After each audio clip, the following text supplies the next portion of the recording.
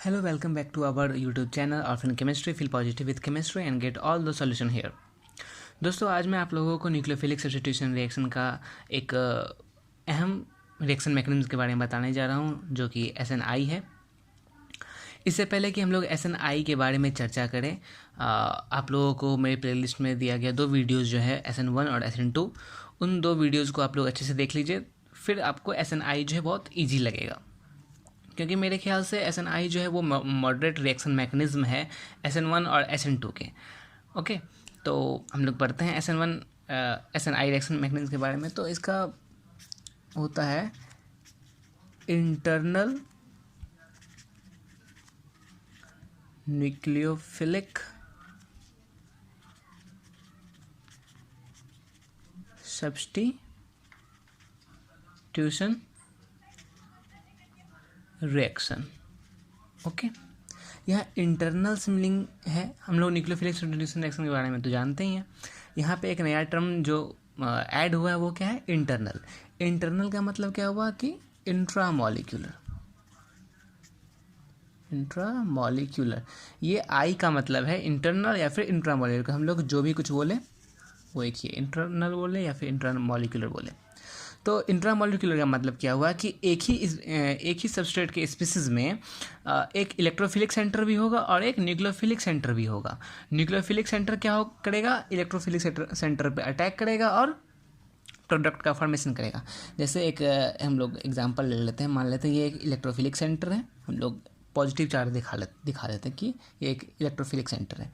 ये A और B से जुड़ा हुआ है एंड B से न्यूक्लियोफाइल कोई जुड़ा हुआ है। तो क्या होगा कि इस टाइप के रिएक्शन मैकेनिज्म में, इंटरनल न्यूक्लियोफिलिक सब्स्टिट्यूशन रिएक्शन में, एक ही मॉलिक्यूल का सबस्ट्रेट है, इसी में एक इलेक्ट्रोफिलिक सेंटर भी है और इसी में एक न्यूक्लियोफिलिक सेंटर भी है। ये न्यूक्लियोफिलिक सेंटर जो है इस इलेक्ट्रोफिलिक सेंटर पे अटैक कर देगा और एक ट्रांजिशन स्टेट बना लेगा। कैसा? Cyclic transition state. 1 2 3 4 मेंबर का साइक्लिक ट्रांजिशन स्टेट का फॉर्मेशन कर लेगा। तो और जब अटैक हो जाएगा तो हमारा क्या बनेगा? ENU, यानी कि एक इलेक्ट्रोफिलिक सेंटर एक न्यूक्लियोफिलिक सेंटर से हमारा एक प्रोडक्ट बन जाएगा और AB जो है वो भी सेपरेट हो जाएगा। ओके, तो ये जो हमारा प्रोडक्ट होगा वो कैसा प्रोडक्ट होगा? SNI का प्रोडक्ट होगा। ये तो एक जनरल सा रिएक्शन है, आपको इससे कुछ समझ नहीं आने वाला है कि क्या रिएक्शन में हुआ। तो इसके लिए हम लोग एक एग्जाम्पल लेते हैं और फिर रिएक्शन मैकेनिज्म के बारे में भी चर्चा करेंगे। तो इससे पहले देखते हैं, ये हम लोग कोई एक अल्कोहल ले लिए। ओके, इसको हम लोग SOCl2 यानी कि थायोनाइल क्लोराइड से रिएक्ट कराएं। किस तरह के सॉल्वेंट में? THF, टेट्राहाइड्रोफुरान। इसमें रिएक्ट कराएं तो हमारा प्रोडक्ट क्या है? RCl plus SO2 plus HCl। Okay, ये हमारा क्या हुआ? एल्कील हैलाइड SNI प्रोडक्ट, और ये हमारा अल्कोहल। ओके, तो हम लोग देखते आ रहे हैं कि SN1 में भी हमारा क्या था कि अल्कोहल से एल्कील हैलाइड का फॉर्मेशन हो रहा था या फिर एल्कील हैलाइड से अल्कोहल का फॉर्मेशन हो रहा था। SN2 में भी सेम घटना देखने को मिल रहा था हम लोगों को। तो इसमें भी क्या एक अलग बात है जो ना कि SOCl2 थायोनिल क्लोराइड। तो हम लोग क्यों SOCl2 ही यूज़ करते हैं? तो हम लोग जब 11th में थे तो हाइड्रोकार्बन चैप्टर में हम लोगों ने पढ़ा था कि एल्केन का किस तरह से क्लोरीनेशन करवाते हैं, एलिफेटिक एल्केन्स का। तो उसमें हम लोग देखे थे कि SOCl2 जो था वो बेस्ट यील्ड दे रहा था। तो इस वजह से हम लोग यहाँ पे SOCl2 यूज़ कर रहे हैं और इसका दूसरा कारण भी है जो हम लोग मैकेनिज्म पढ़ने के बाद समझ में आएगा। अब दूसरा क्वेश्चन उठता है कि क्या हम लोग दूसरा ऐसे भी SOCl2 की जगह पे यूज़ कर सकते हैं? जैसे हम लोग वहाँ पे यूज़ जो कर रहे थे हाइड्रोकार्बन चैप्टर में, वो POX3 भी यूज़ कर रहे थे, रेड फॉस्फोरस। PCl3 भी PCl3 यूज़ कर रहे थे, PCl5 यूज़ कर रहे थे। क्या ये सब भी यूज़ किया जा सकता है? तो ये भी ये यूज़ नहीं किया जा सकता है, ठीक है। लेकिन ये क्यों नहीं यूज़ किया जा सकता है ये हम बता देंगे मैकेनिज्म के बाद। ये सारा क्वेश्चन अभी आप दिमाग में रखिए कि क्यों यूज़ नहीं कर रहे हैं। बस मेन बात लेके चलना है कि हमारा अल्कोहल है, SOCl2 के साथ रिएक्शन कराएं इन द सॉल्वेंट ऑफ टेट्राहाइड्रोफुरान, तो हमारा मिला क्या? Alkyl halide. ये दो जो क्वेश्चन बताए हम लोग कि POX3 PCl3 या PCl5 का यूज़ क्यों नहीं करते हैं, और दूसरा जो क्वेश्चन था कि SOCl2 यूज़ क्यों करते हैं, उसका तो आंसर हमने दे दिया। तो ये वाला क्वेश्चन आप माइंड में रखिए, हम जब रिएक्शन मैकेनिज्म पढ़ा देंगे तो बताएंगे कि ये क्यों यूज़ करते हैं। ओके, तो अब हम लोग बढ़ते हैं SNI रिएक्शन के बारे में। ये तो था हमारा SNI का एक छोटा सा बात, इंट्रोडक्शन था। तो अब चलते हैं उस सबस्ट्रेट पे जिस पे ये SNI मैकेनिज्म के बारे में पढ़ा गया था सबसे पहले। तो सबसे पहले इन 1937 में हग्स या ह्यूज, क्या नाम है पता नहीं, हग्स एंड इंगोल्ड जो थे वो उन्होंने 1937 में एक जर्नल पब्लिश किया SNI मैकेनिज्म पे कि ये जो रिएक्शन मैकेनिज्म है वो SN1 और SN2 से बिल्कुल डिफरेंट है, और उन्होंने इसका नाम दिया SNI क्योंकि वहाँ पे एक साइक्लिक ट्रांजिशन स्टेट का फॉर्मेशन हो रहा था जो कि इंट्रामॉलिक्यूलर अटैक की वजह से हो रहा था। और उन्होंने जिस SNI रिएक्शन के बारे में बताया था, और उन्होंने जिस सबस्ट्रेट पे ये रिएक्शन मैकेनिज्म को स्टडी किया था वो था 1-फिनाइल इथेनॉल। ओके, 1-फिनाइल इथेनॉल को उन्होंने जब SOCl2 के साथ रिएक्शन कराया तो उन्होंने क्या पाया, 1-फिनाइल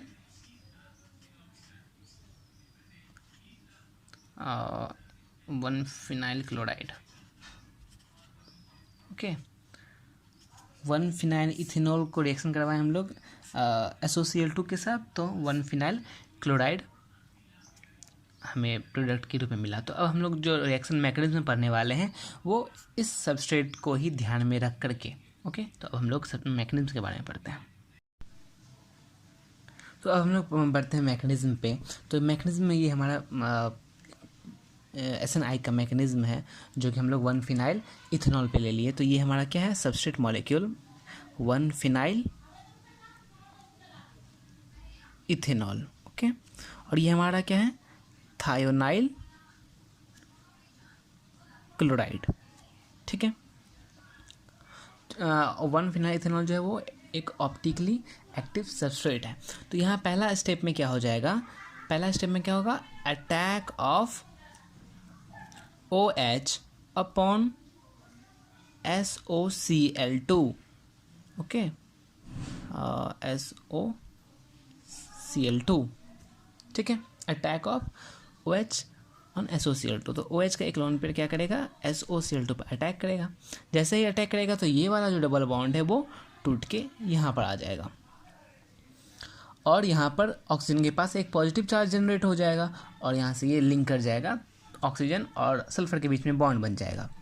अब फिर क्या होगा कि ऑक्सीजन फिर से यहाँ पर नीचे अटैक करेगा, डबल बॉन्ड का फॉर्मेशन करेगा, और जैसे ही डबल बॉन्ड का फॉर्मेशन करेगा क्लोरीन जो है यहाँ से लीव कर जाएगा। अब लीव कर जाने के बाद यहाँ पे एक प्रोटोनेटेड क्लोरोसल्फाइड सबस्ट्रेट का फॉर्मेशन होता है। ये क्लोरोसल्फाइड क्या होता है कि ये ऑक्सीजन के पास जो है positive charge as it is है अभी भी यहाँ पे, तो वो क्या करेगा, ये वाला प्रोटॉन जो है ये वाला बॉन्ड के बीच में जो 2 इलेक्ट्रॉन शेयरिंग किया है हाइड्रोजन के साथ वो ये खींच लेगा। चूँकि ये ऑक्सीजन एटम ज़्यादा इलेक्ट्रोनेगेटिव एटम है और उस पर पॉजिटिव चार्ज है, तो वो क्या करेगा, ये वाला बॉन्ड अपना तोड़ लेगा और यहाँ से -H निकल जाएगा। यहाँ से क्या निकला था हमारा -Cl, और यहाँ से -H+ निकल जाएगा। और ये वाला ट्रांजिशन स्टेट नहीं आता इसमें एक इंटीमेट आयन पेयर का फॉर्मेशन होता है। इंटीमेट आयन पेयर का फॉर्मेशन होता है। तो पहला स्टेप क्या था हमारा, attack of OH upon Cl2। दूसरा स्टेप में हम लोग क्या ले सकते हैं, expulsion of chloride to form protonated chlorosulphide. Okay, तो पहला ये हो गया, दूसरा हो गया expulsion of chloride to form protonated chlorosulphide. दूसरा में क्या आता है, न्यूट्रलाइजेशन टू गिव क्लोरोसल्फाइड। यहाँ पे क्या हो रहा है, न्यूट्रलाइजेशन हो रहा है किसका, ऑक्सीजन पे जो चार्ज है उसका, न्यूट्रलाइजेशन टू गिव क्लोरोसल्फाइड।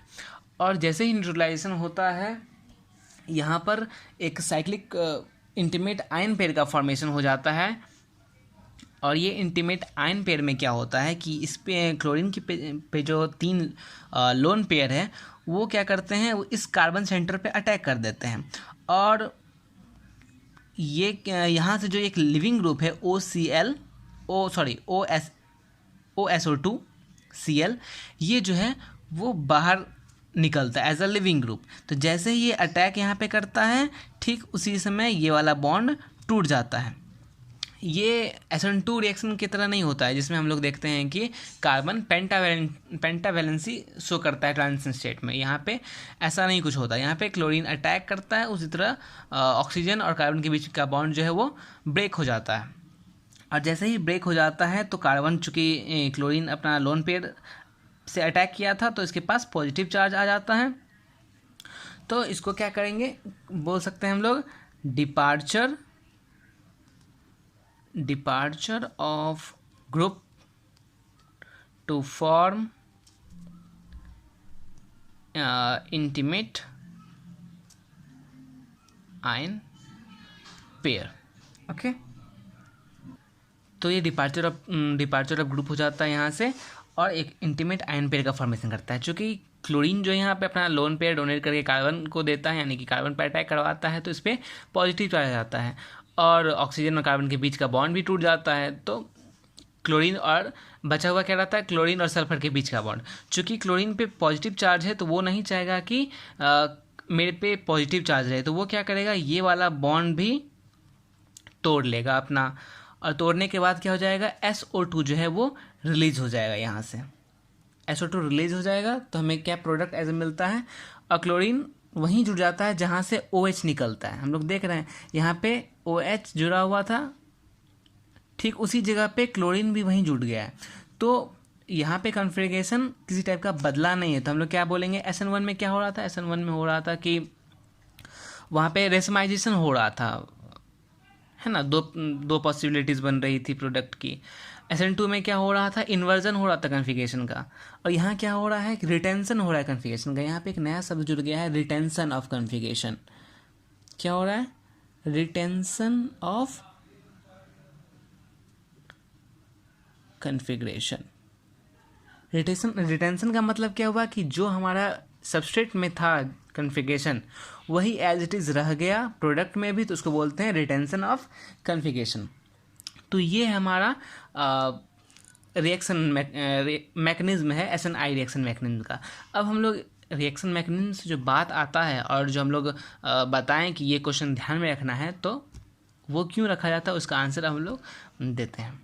तो हम लोग बता रहे थे कि इन केस ऑफ PCl3 और POX3 या PCl5 के साथ हम लोग ऐसा क्यों नहीं करते हैं, यानी कि POX3, PCl3 और PCl5 के साथ हम लोग ये वाला रिएक्शन क्यों नहीं करते हैं। तो हम लोग जब भी देखे हैं ये वाला इन तीनों के साथ रिएक्शन करवा के, तो हमारा रिटेंशन ऑफ कॉन्फ़िगरेशन नहीं होता है, वो हमारा हो जाता है इन्वर्जन ऑफ कॉन्फ़िगरेशन, और SN2 के पाथवे को वो फॉलो करने लगता है। तो जैसे वो SN2 के पाथवे को फॉलो करेगा तो हम लोगों का SNI से कोई वास्ता ही नहीं रहेगा। तो इस वजह से हम लोग इनका यूज़ नहीं करते। अब ये भी क्वेश्चन आ सकता है कि क्यों वो SN2 को शो करता है, क्या वजह है।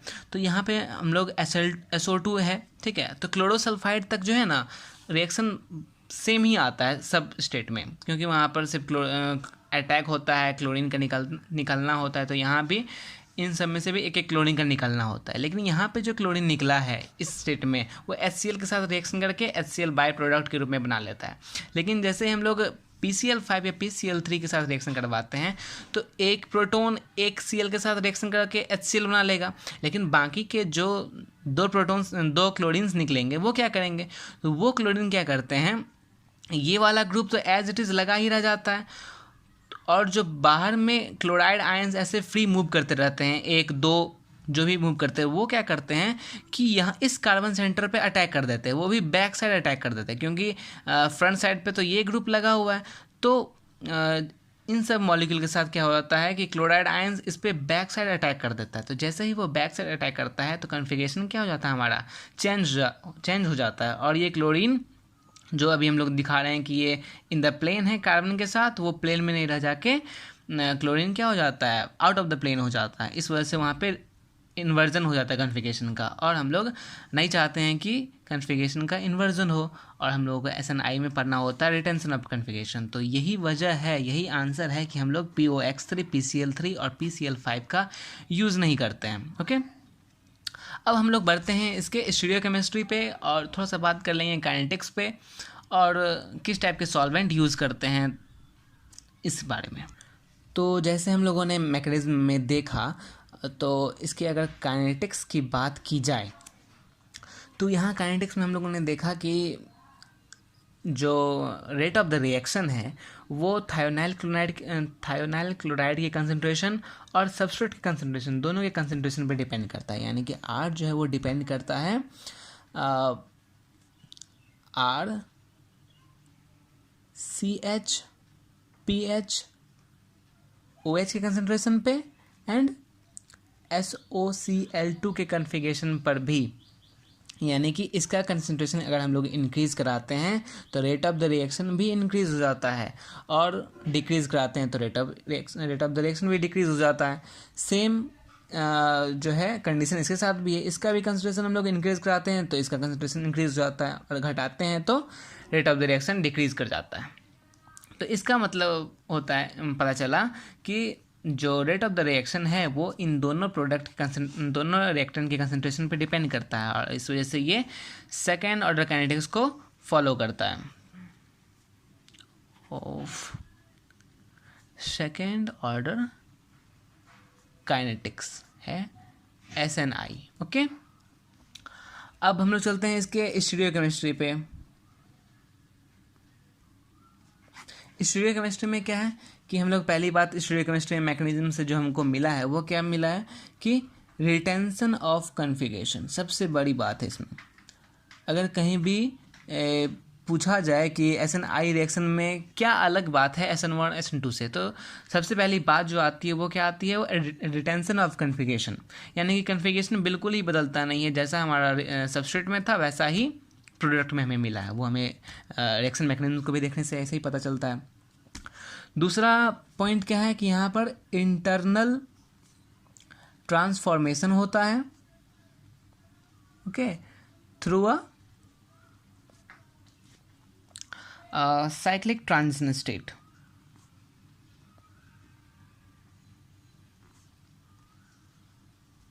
ठीक है, और ये साइक्लिक ट्रांजिशन स्टेट जो होता है वो क्या करता है, उसी साइड पे अटैक करता है जहाँ से लिविंग ग्रुप डिपार्चर करता है।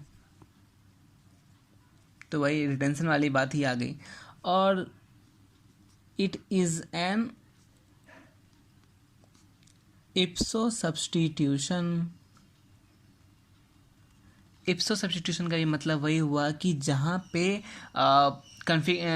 फंक्शनल ग्रुप है जिस कार्बन से अटैच है और जिस कन्फिगरेशन है, यानी कि आउट ऑफ द प्लेन है या फिर बिलो द प्लेन है, ठीक उसी साइड पे जो है न्यूक्लियोफाइल अटैक करेगा, उसी को बोलते हैं इप्सो अटैक। तो ये इप्सो सब्स्टिट्यूशन भी है। और हम लोग क्या यहाँ देखते हैं कि ये नॉट SN2 है, there is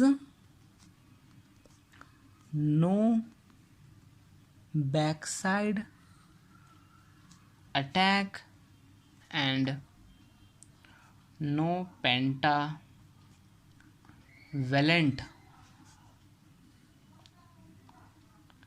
transition state occur। ठीक है, और मतलब कि पेंटावलेंट ट्रांजिशन स्टेट भी हमें देखने को नहीं मिलता है, ना ही बैक साइड अटैक देखने को मिलता है। तो हम लोग इससे कह सकते हैं कि SN2 रिएक्शन को ये फॉलो नहीं करता है। और SN1 रिएक्शन को कैसे ये फॉलो नहीं करता है, तो चूंकि SN1 रिएक्शन में कार्बोकेटाइन का फॉर्मेशन होता है, लेकिन हम लोगों को SNI रिएक्शन मैकेनिज्म में कार्बोकेटाइन का फॉर्मेशन कहीं भी नहीं देखने को मिला। तो हम लोग यहाँ पे लिख सकते हैं नो फॉर्मेशन ऑफ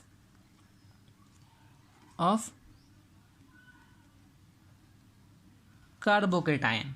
तो इन सब बात जो था रिएक्शन मैकेनिज्म से जो निकला है, इससे हम लोग कह सकते हैं कि ये ना ही SN1 रिएक्शन है ना ही SN2 रिएक्शन है, ये SNI रिएक्शन है, चूँकि ये एक साइक्लिक ट्रांजिशन स्टेट से होकर इंट्रामोलिकुलर अटैक होता है न्यूक्लियोफाइल का इलेक्ट्रोफिलिक सेंटर पे।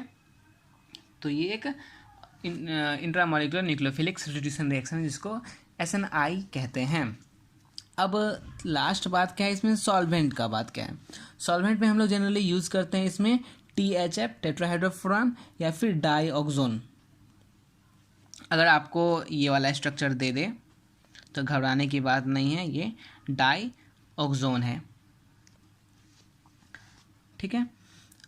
तो यही डाईऑक्सोन या फिर टेट्राहाइड्रोफुरान में ये SNI रिएक्शन होता है। लेकिन एक और बात आ जाता है यहाँ पर, जो कंपटीशन में अक्सर पूछा जाता है कि अगर यहाँ पे हम लोग पायराडीन का सॉल्वेंट ले ले, पायराडीन एज अ सॉल्वेंट ले ले, तो क्या इफेक्ट देखने को मिल जाएगा। तो पायराडीन सॉल्वेंट लेने पर क्या हो जाता है, ये SN2 के पाथवे को फॉलो करता है। और ये कैसे करता है ये हम बताते हैं कि रिएक्शन दिखाकर कि कैसे ये SN2 रिएक्शन को पाथवे करता है इंस्टेड ऑफ SNI। तो ये जो है जो मैकेनिज्म हमने दिखाया है वो क्या है, in presence of pyridine solvent में 1 फिनाइल इथेनॉल जो है वो किस तरह से एक्ट करता है। तो ये है हमारा पायराडीन, ठीक है। और ये पायराडीन जो है क्लोरोसल्फाइड जो बन जाता है हम लोगों का after attack of chloroethanol to the sulphonyl chloride. तो जब ये क्लोरोसल्फाइड बन जाता है उसके बाद का ये रिएक्शन है, ठीक है, क्लोरो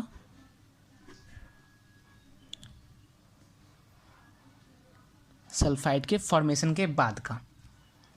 तो यहाँ क्या होता है कि ये जो लोन पेयर है नाइट्रोजन का वो अटैक करता है सल्फर पर। तो जैसे ही अटैक करता है तो ये वाला बॉन्ड टूट के ऊपर चला जाता है और हमें ये मिलता है, ओके।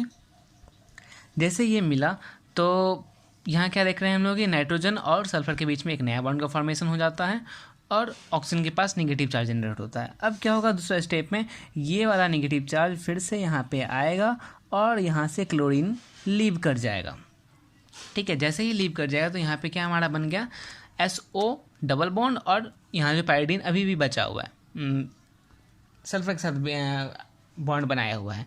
तो अब ये जो फ्री क्लोराइड आयंस है वो क्या करता है, चूँकि ये कार्बन जो है अभी फ्रंट साइड से इस ग्रुप से जुड़ा हुआ है और ये क्या है फ्री स्टेट में, तो ये वाला जो है इसके बैक साइड अटैक कर देगा, इस पे ये बैक साइड अटैक कर देगा। तो जैसे ही बैक साइड अटैक करेगा तो ये यहाँ से लीव कर जाएगा। SN2 पाथवे को आप लोग ध्यान लगा लीजिए ये कैसे होता है। तो ये वाला क्या हो जाएगा, बैक साइड अटैक करेगा। जैसे ही बैक साइड अटैक करेगा तो ये यहाँ से लीव कर जाएगा और बैक साइड अटैक करते ही हमें क्या मिल जाएगा, ये प्रोडक्ट मिल जाएगा, ठीक है। और ये प्रोडक्ट का जो कॉन्फ़िगरेशन है वो कैसा है, वो इन्वर्टेड है, इन्वर्टेड कॉन्फ़िगरेशन है। जबकि हमें चाहिए कैसा था कॉन्फ़िगरेशन, हमें चाहिए था रिटेंशन ऑफ कॉन्फ़िगरेशन। यहाँ पे इन्वर्जन हो रहा है कॉन्फ़िगरेशन का, क्योंकि यहाँ पे देखिए ऑक्सीजन और कार्बन जिस बॉन्ड से जुड़ा हुआ है वो कार्बन के साथ प्लेन में है, जबकि यहाँ पर कैसा है क्लोरीन और कार्बन के बीच का बॉन्ड वो प्लेन में नहीं है।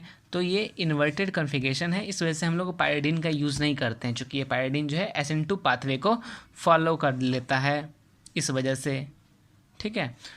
तो ये था हमारा बात SNI मैकेनिज़्म का, कि किस तरह से SNI मैकेनिज़्म होता है, इसका इंट्रोडक्शन क्या है, रिएक्शन मैकेनिज़्म, इस मैकेनिज़्म क्या है, इसका स्टीरियोकेमिस्ट्री क्या है, काइनेटिक्स क्या है, सॉल्वेंट किस तरह से यूज़ करते हैं हम लोग, इन सब के बारे में बात था। अगर ये वीडियो में जो भी आपको किसी टाइप का दिक्कत हुआ हो तो आप कमेंट सेक्शन में कमेंट कर सकते हैं, और मेरी वीडियोज़ को लाइक कीजिए, सब्सक्राइब कीजिए और शेयर भी कीजिए।